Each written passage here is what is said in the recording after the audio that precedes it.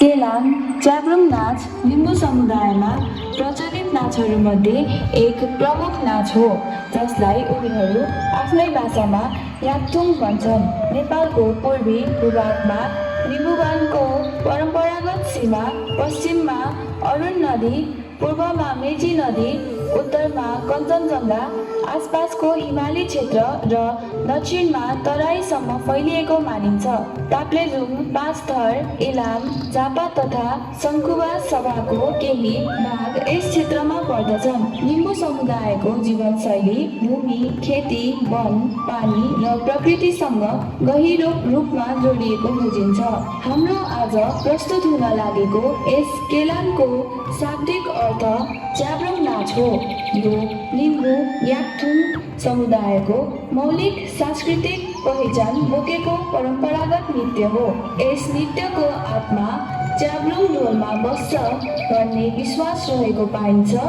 यस च्याब्रुङको लयमा नाच्दै गाइने गीतलाई पालम भनिन्छ, जसमा प्रेम, जीवन, समाज, दर्शन तथा भावनात्मक संवाद मिसिएको हुन्छ।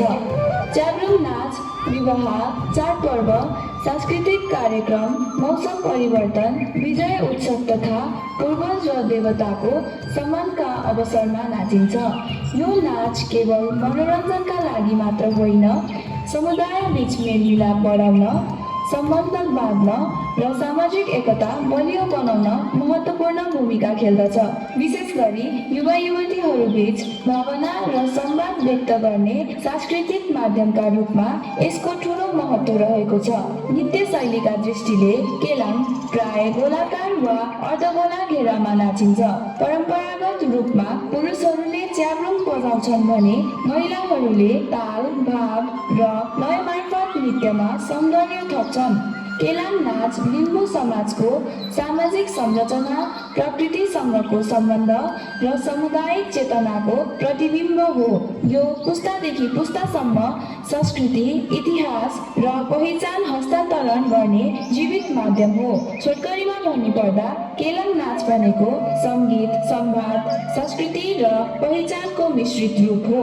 आज 35औं प्याप्सन दिवसको अवसर पारी सम्पन्न हुन गइरहेको यस कार्यक्रममा हामी आफ्नो प्रस्तुति लिएर उपस्थित भएका छौँ। स्वीकार गर्नुहोस् लिम्बू समुदायको यस केलाङ च्याब्रुङ नाच।